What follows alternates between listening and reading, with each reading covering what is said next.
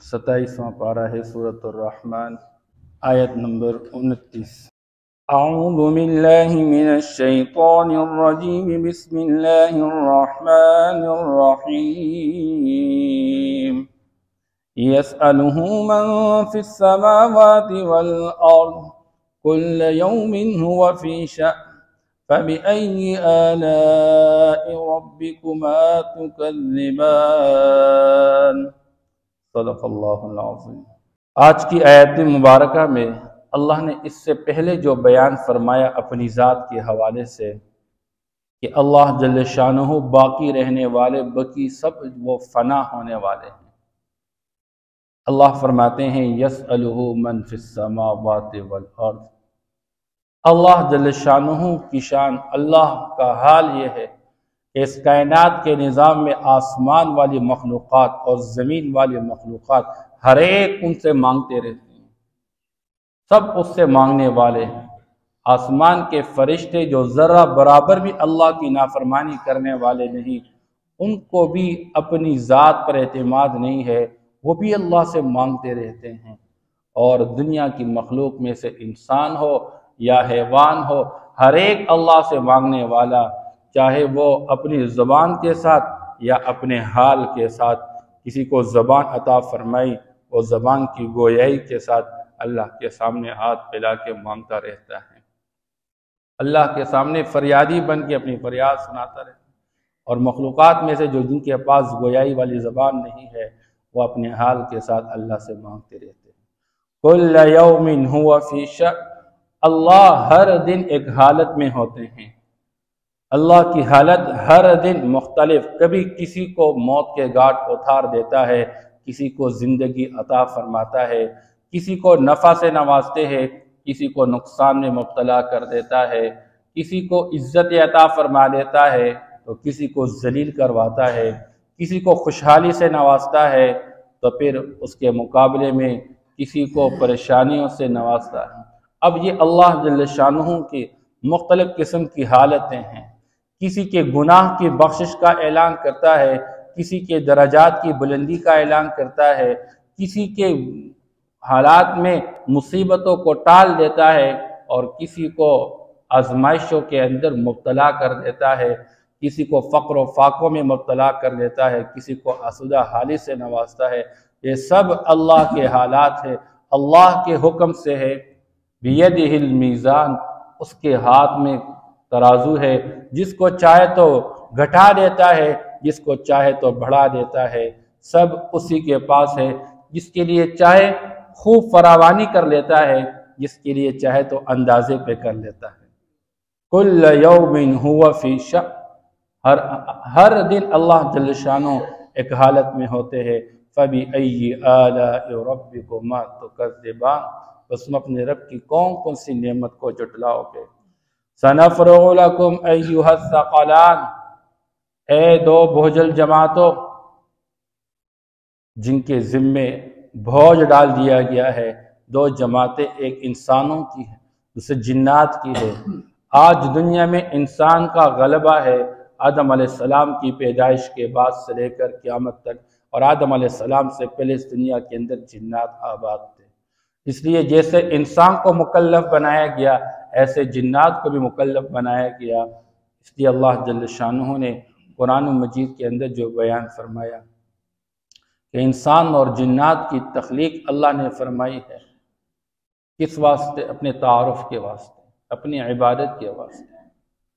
تو اللہ جل شانہ نے جیسے انسانوں میں کافر بنا دیے، کوئی مسلمان بن جاتا ہے اپنی طلب کی بنیاد پر اور بے رغبتی کی بنیاد پر، جس کے دل میں تڑپ اور طلب اور فکر ہو، اللہ پاک اس کو اسلام سے نوازتے ہیں۔ اور جو غافل بن کے منہ موڑنے والا، اعراض کرنے والا اور اپنی عقل کی گھوڑے دوڑانے والا، پھر اللہ پاک اس کو محروم کر دیتے ہیں۔ تو ایسی جنات میں کوئی مسلمان ہے تو کوئی کافر ہے، کوئی فاسق ہے، کوئی فاجر، تو کوئی نیک اور متقی ہے۔ اللہ پاک فرماتے ہیں اے دو بھوجل جماعتوں، اے انسانوں کی جماعت، اے جنات کی جماعت، ان قریب ہم تمہارے لیے فارغ ہونے والے ہیں۔ فارغ ہونے کا مقصد کیا؟ مطلب یہ کہ اللہ پاک مصروف ہے، پھر اللہ پاک کو فراغت حاصل ہو جائے گی، نہیں۔ علماء فرماتے مراد یہ ہے اللہ فرماتے ہم قصد کرنے والے ہیں تم سے بدلہ لینے کا۔ اس لیے ایک ترجمہ کیا گیا سنفرغ لکم ایھا الثقلان، اے دو بھوجل جماعتوں ہم عنقریب تم سے بدلہ لینے والے ہیں تمہارے کردار اور اعمال کا، یعنی اگر تم لوگوں نے اچھے اعمال کیے تو اچھا بدلہ دیا جائے گا، اگر برے اعمال کیے ہوئے ہیں تو تمہیں بری طرح کی سزا دی جائے گی، تمہیں پھر عذابوں میں مبتلا کیا جائے گا۔ اس لیے اللہ جل شانہ ذرا برابر کسی سے غافل نہیں ہے، سب کے حالات اللہ کے سامنے ہیں۔ اللہ جل شانہ روز ایک حالت میں ہوتے ہیں۔ ان تمام چیزوں کو سامنے رکھتے ہوئے آپ صلی اللہ علیہ وسلم کی دعاؤں میں سے ایک دعا ہے، اور وہ کیا ہے کہ انسان کی تباہی اور بربادی کب شروع ہو جاتی ہے؟ جب یہ اللہ کو چھوڑ کے اپنے آپ کو اپنی ذات کے حوالہ کر لیتا ہے یا دنیا کے مخلوق کے حوالہ کر لیتا ہے۔ آپ صلی اللہ علیہ وسلم دعا مانگتے تھے، ربی اے میرے رب لا تکلنی الا نفسی، مجھے میرے نفس کے حوالے نہ فرما، طرفت عین ولا اقل من ذلک، آنکھ جھپکنے کے اندازے کے برابر لمحے کے لیے بھی مجھے نفس کے حوالے نہ کرنا، نفس مجھے تباہ و برباد کر ڈالے۔ نفس و خواہشات کی اتباع میں بندے کو لگاتے ہیں، اور خواہشات کا متبع انسان یہ سب سے بڑا بے وقوف انسان ہوتا ہے، جو انجام کار تباہ و برباد ہو جاتا ہے۔ لا تکلنی الی نفسی ولا الی احد من خلقک، اللہ نہ مجھے میری ذات کے حوالے کر دے، نہ مجھے کسی مخلوق کے حوالے کر دے۔ بہرحال اللہ جل شانہ فرماتے یا معشر الجن والانس، اے جناتوں اور انسانوں کی جماعت، ان استطعتم ان تنفذوا من اقطار السماوات والارض، یہ اللہ جل شانہ سمجھا رہے ہیں دنیا کا مجرم کسی ملک کسی ادارے کے اندر جرم کا ارتکاب کرتا ہے تو وہ سوچتے ہیں میں اس ملک سے بھاگ جاؤں گا، کوئی مجھے سزا نہیں دے سکے گا، میں اس ادارے سے بھاگ نکلوں گا، کوئی مجھے نہیں پکڑ سکے گا۔ اللہ فرماتے میرے کائنات کے نظام میں اے بسنے والے انسانوں اور جنات سنو، اگر تم اللہ کی نافرمانی کرو گے اور اس نظریے اور خیال کے ساتھ کرو گے تم اللہ سے بھاگ نکلو گے، تو اللہ فرماتے ہیں اگر تم قوت اور طاقت رکھتے ہو ان استطاعتم ان تنفذوا، بھاگ نکلنے کا، من اقطار السماوات والارض، اللہ جل شانہ کی حکومت آسمانوں اور زمینوں کے ہر طرف میں ہے، کس طرف سے تم بھاگ نکلنا چاہتے ہو، کس کنارے سے تم بھاگ نکلنا چاہتے ہو، اگر تمہارے اندر قوت اور طاقت ہے گناہ کا ارتکاب کرتے ہوئے، جرائم کا ارتکاب کرتے ہوئے بھاگ نکلو کناروں سے آسمان اور زمینوں کے، لیکن اللہ فرماتے ہیں فانفذوا، نکلو تو صحیح، بھاگنے کی کوشش تو کرو، لا تنفذون الا بسلطان، تم کہیں نہیں بھاگ سکتے ہو اللہ پاک سے، اللہ کی پکڑ سے کہیں نہیں بھاگ سکتے ہو۔ اس لیے جرم اور گناہ کرتے ہوئے سوچو تو صحیح اس کا انجام کیا ہوگا، تمہیں اللہ پکڑے گا، اور اللہ کی پکڑ بہت سخت ہے، اس لیے اللہ سے بھاگ نہیں نکل سکتے ہو، بچ نہیں نکل سکتے ہو۔ ان بطش ربک لشدید، تیرے رب کی جو پکڑ ہے وہ بہت سخت ہے۔ جب اللہ جل شانہ جیسی قوت اور طاقت اور قدرت والی ذات فرماوے کہ تیرے رب کی پکڑ بہت سخت ہے، وہ کیا حال ہوگا۔ دنیا کا انسان اپنی معمولی قوت اور طاقت کے نشے میں آ کے پتہ نہیں کس درجے اپنے آپ کو بڑھا دیتا ہے اور کیا خیالات رکھتا ہے، میں یوں کروں گا، میں یوں کروں گا، میرا کوئی کچھ نہیں بگاڑ سکتا، مجھے کوئی نہیں پکڑ سکتا۔ اللہ فرماتے ہیں میری پکڑ سے بچنے کے لیے تم بھاگنا چاہو بھاگو، زمین اور آسمان کے کناروں سے کہاں بھاگ جاؤ گے۔ اللہ فرماتے لا تنفذون الا بسلطان، تم بھاگ نہیں نکل سکتے ہو لیکن غلبہ کے ساتھ، لیکن تم تو عاجز ہو، تمہارا کوئی غلبہ نہیں میرے مقابلے میں۔ انسان مخلوق ہے، رب اس کا خالق ہے، جنات مخلوق ہے، رب ان کا خالق ہے، رب کے بنائے ہوئے جو بارڈر ہے اس سے باہر کہاں نکل جاؤ گے، نہیں نکل سکتے ہو، اللہ کو عاجز نہیں بنا سکتے ہو۔ اللہ فرماتے ہیں یرسل علیکم شواظ من نار ونحاس فلا تنتصران، اگر تم بھاگنے کی کوشش کرو گے اللہ کے ہاں ایسی آگ ہے، آگ کے شعلے تم پر پھینکے جائیں گے، تم پر دھواں پھینک دیا جائے گا، بھیج دیا جائے گا تم پر دھواں، وہ دھواں تمہیں پکڑ لے، وہ آگ کے شعلے تمہیں پکڑ لے، تم کہیں نہیں بھاگ سکو گے۔ اس لیے جب انسان اس درجے کی عاجز مخلوق ہے اور جنات اس درجے عاجز مخلوق ہے، اپنے رب کے سامنے، اپنے آقا اور مالک کے سامنے جب اس درجے بے بس ہے تو اس رب کی نافرمانی سے اپنے آپ کو بچانا چاہیے۔ دنیا کا انسان معمولی اختیار، قوت اور طاقت کے نشے میں آ کے بات بات پہ اپنے ماتحت کو پکڑنے کی کوشش کرتا ہے اور ان کو ذلیل کرنے کی کوشش کرتا ہے۔ یہ بھی سوچنا چاہیے میں بھی ایک مملوک ہوں، میرا بھی ایک مالک ہے، میں بھی اس کے سامنے جواب دہ ہوں، میں خود اس کی کتنی فرمانبرداری کرتا رہتا ہوں۔ ہم تو اپنے ماتحت سے ذرہ برابر بھی غفلت برداشت کرنے کے قابل نہیں، ہم مناسب نہیں سمجھتے۔ اس لیے اللہ جل شانہ اپنی قدرت اور قوت اور طاقت کو سامنے رکھتے ہوئے انسان کو تنبیہ کر رہے ہیں۔ ہندوؤں میں سے آریہ ایک قوم ہے، اس قوم کا ایک رائٹر ہے، اس نے ایک اعتراض کیا ہے قرآن کی اس آیت پر، اور اعتراض یہ کیا ہے کہ یہاں پر مسلمانوں کا رب کہتا ہے کہ میں تم پر آگ کے شعلے بھیج دوں گا، میں تم پر دھواں بھیج دوں گا تمہیں پکڑنے کے لیے، تمہیں ختم کرنے کے، تمہیں تباہ کرنے کے لیے، اور آگے اللہ فرماتے ہیں فَلَا تَنْتَصِرَانَ، تم بچ نہیں سکو گے، فَبِأَيِّ آلَاءِ رَبِّكُمَا تُكَذِّبَانِ، تو اپنے رب کی کون کون سی نعمت جھٹلاؤ گے؟ تو آگ کے شعلوں کا بھیج دینا اور آگ کے شعلوں کے ساتھ مار دینا اور دھوئے کے ساتھ پکڑ لینا، یہ کون سی نعمت ہے کہ آگے اللہ فرماتے ہیں تم اپنے رب کی کون کون سی نعمت کو جھٹلاؤ گے؟ لیکن شاہ عبد القادر رحمہ اللہ نے اس کا جواب کیا ہوا ہے اور فرماتے ہیں کہ یہ رب کا پکڑنے سے پہلے پکڑنے کی وارننگ دینا، یہ بھی ایک نعمت ہے کہ انسان پہلے سے سوچے اور کفر اور فسق و فجور سے باز آ جائے، یہ بھی ایک نعمت ہوتی ہے۔ جب کسی ادارے والے کسی کو کہہ دیتے بھائی سیدھا چلو، اگر یوں دائیں بائیں دیکھو گے، چلو گے، گڑبڑ کرو گے، تمہیں پکڑا جائے گا اور تمہیں یوں سزا دی جائے گی، تو یہ اس کے لیے مہربانی نہیں ہے، یہ اس کے لیے نعمت نہیں ہے کہ اس کو سمجھ میں آ جائے کہ مجھے پکڑا جائے گا، مجھے یوں مار دیا جائے، مجھے ذلیل کیا جائے گا، مجھے قیدی بنا دیا جائے گا، تو پھر وہ بندہ اپنے آپ کو باز رکھے گا اس طرح کی نافرمانی سے۔ تو اللہ جل شانہ ابھی تو عذاب میں مبتلا نہیں کر چکے، ابھی تو اللہ نے آگ بھیجی نہیں ہے، شعلے برسائے نہیں ہے، اللہ صرف وارننگ دے رہے ہیں کہ باز آ جاؤ، اگر تم کرو گے گناہ تو تم پر اللہ بھیجیں گے اور تم بچ نہیں نکل سکو گے۔ اس وارننگ کو اللہ جل شانہ نے انسانوں کے لیے نعمت بنائی ہے، یہ پکڑنے پر تنبیہ اللہ جو کر رہے ہیں تو یہ انسانوں کے لیے ایک نعمت اور مہربانی ہے۔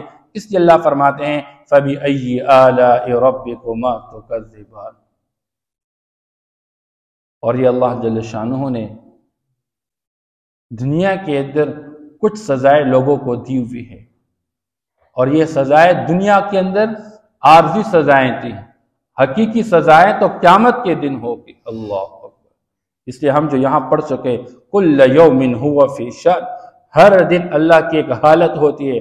مفسرین لکھتے ہیں ایک حالت اللہ کی دنیا کے اندر ہے، دوسری حالت قیامت کے دن کی ہے۔ دنیا کی حالت یہ ہے کہ فرمان بردار کو دنیا کی نعمتوں سے نوازتا ہے، خوشحال زندگی سے نوازتا ہے، اور فساق اور فجار اور کافر کو دنیا کے اندر تھوڑی تھوڑی سزائیں اللہ کبھی کبھار دے دیتے ہیں، لیکن قیامت کے دن کا اللہ کا جو حال ہوگا وہ یوں ہوگا کہ انسان اللہ جل شانہ کے سامنے بے بس نظر آئیں گے، کوئی کسی طریقے سے اپنے گناہ سے انکار نہیں کر سکے گا اور اللہ کے پکڑ سے بھاگ نہیں نکل سکے گا، پھر منتیں اور فریاد اور سماجت کرے گا یا اللہ اگر انسان کو اس دن اس پوری دنیا کی زمین کو سونے سے بھر دیا جائے اور انسان کو مالک بنا دیا جائے گا، کہے گا مجھے سونے کی کوئی ضرورت نہیں ہے، یہ سارا سونا مجھ سے لے لے، لیکن آج کے دن کے عذاب سے مجھے نجات دیجیے۔ اس لیے انسانوں کا حال یہ ہوگا کہ سورج بہت زیادہ قریب آ چکا ہوا اور بہت سخت قسم کی گرمی ہوگی، انسانوں کے پسینے بہتے ہوں گے اور پسینوں میں ڈوبتے ہوں گے، یہاں تک کہ ہر بندہ اپنے گناہ کے مطابق جب انسان سوچے تو صحیح، ہمارا معمولی پسینہ صرف نکلنے لگ جاتا ہے تو ہمارا کیا حال ہوتا ہے، اور اتنا پسینہ نکل جائے کہ بندہ اس میں ڈوب جائے تو کیا حال بن جائے گا۔ کوئی ٹخنوں تک، کوئی گھٹنوں تک، اور کوئی ناپ تک، اور کوئی کانوں تک ڈوبا ہوا ہوگا۔ اس لیے یہ انسان کل قیامت کے دن پھر چیخ کے چلائے گا، مجھ سے حساب و کتاب شروع کیا جائے، میری جان چھوٹ جائے اس عذاب سے۔ اور اللہ جل شانہ کے سامنے کوئی بات پیش کرنے والا نہیں ہوگا، یہاں تک کہ سارے لوگ انبیاء علیہ السلام کے پاس جا کے منتیں کریں، لیکن تمام انبیاء علیہ السلام معذرت پیش کرے، آخر میں امام الانبیاء سید الانبیاء محمد مصطفیٰ احمد مجتبیٰ صلی اللہ علیہ وسلم اللہ کے سامنے سر بسجود ہوں گے، اور اللہ اپنی طرف سے کلمات کا القاء کریں گے جس سے رب کی حمد و ثنا بیان کریں گے۔ پھر اللہ فرمائیں گے، یا محمد سل تعطا، اشفع تشفع، تو مانگ تجھے عطا کیا جائے، تو سفارش کر آپ کی شفاعت قبول کی جائے، کیا مانگتے ہو؟ اللہ کے سامنے عرض کریں گے، یا اللہ حساب و کتاب شروع کیا جائے۔ اور قیامت کے دن انسان کے اعمال میں جو حساب کیا جائے گا، سب سے پہلے کس عمل کا حساب ہوگا؟ ایک حدیث پاک کے اندر آیا، قیامت کے دن سب سے پہلے نماز کا حساب لیا جائے گا۔ جس کی نماز اچھی اور پوری نکلائے تو وہ کامیاب ہوگا، جس کی نماز میں کمی اور کوتاہی آئی تو وہ ناکام ہوگا۔ دوسری روایت میں آیا کہ آپ صلی اللہ علیہ وسلم نے فرمایا، قیامت کے دن انسان کے ساتھ سب سے پہلا حساب انسان کے خون کا ہوگا۔ جس نے ناحق خون بہایا ہے اس سے انتقام لیا جائے گا۔ محدثین دونوں احادیث کے اندر تطبیق کرتے ہیں کہ ایک ہے اللہ کے حقوق اور دوسرے ہے بندے کے حقوق، تو اللہ کے حقوق میں سب سے پہلے نماز کا حساب لیا جائے گا، اور بندوں کے حقوق میں سب سے پہلے خون کا حساب لیا جائے گا۔ یسألہ من فی السماوات والارض، اسی سے مانگتے ہیں وہ تمام لوگ جو آسمانوں میں ہیں اور وہ تمام جو زمینوں میں ہیں۔ کل یوم هو فی شأن، ہر دن وہ ایک حالت میں ہوتا ہے۔ فَبِأَيِّ آلَاءِ رَبِّكُمَا تُكَذِّبَانِ، پس تم اپنے رب کی کون کون سی نعمت جھٹلاؤ گے۔ سَنَفْرُغُ لَكُمْ أَيُّهَا الثَّقَلَانِ، ان قریب ہم تمہارے لیے فارغ ہوں گے اے دو بھوجل جماعتوں، ان قریب ہم تمہارا قصد کریں گے اے دو بھوجل جماعتوں۔ تیسرا ترجمہ، ان قریب ہم تم سے بدلہ لیں گے اے دو بھوجل جماعتوں۔ فَبِأَيِّ آلَاءِ رَبِّكُمَا تُكَذِّبَانِ، پس تم اپنے رب کی کون کون سی نعمت جھٹلاؤ گے۔ یا معشر الجن والانس ان استطعتم، اے انسانوں اور جنات کی جماعتوں اگر تم طاقت رکھتے ہو، ان تنفذوا من اقطار السماوات والارض، زمینوں اور آسمانوں کے کناروں سے باغ نکلنے کا، فانفذوا تو تم بھاگ جاؤ، لا تنفذون الا بسلطان، تم بھاگ نہیں نکل سکتے ہو مگر غلبہ کے ساتھ، قوت اور طاقت کے ساتھ، مگر تمہارے اندر یہ قوت اور طاقت اور غلبہ موجود نہیں ہے، لہذا تم نہیں بھاگ سکتے۔ فَبِأَيِّ آلَاءِ رَبِّكُمَا تُكَذِّبَانِ، پس تم اپنی رب کی کون کون سی نعمت جھٹلاؤ گے، پس تم اپنے رب کی کون کون سی نعمت جھٹلاتے ہو۔ یہ مضارع کا صیغہ ہے، اس کا ترجمہ پریزنٹ کا بھی کرتے ہیں اور فیوچر کا بھی کرتے ہیں، دونوں کر سکتے ہیں۔ یرسل علیکما شواظ من نار ونحاس، چھوڑ دیے جائیں گے تم پر آگ کے شعلے اور دھواں، فلا تنتصران، بس تم بدلہ نہیں لے سکو گے، یعنی بس تم بچ نہیں نکل سکو گے۔ فَبِأَيِّ آلَاءِ رَبِّكُمَا تُكَذِّبَانِ، پس تم اپنی رب کی کون کون سی نعمت جھٹلاتے ہو، کون کون سی نعمت جھٹلاؤ گے۔ صدق اللہ۔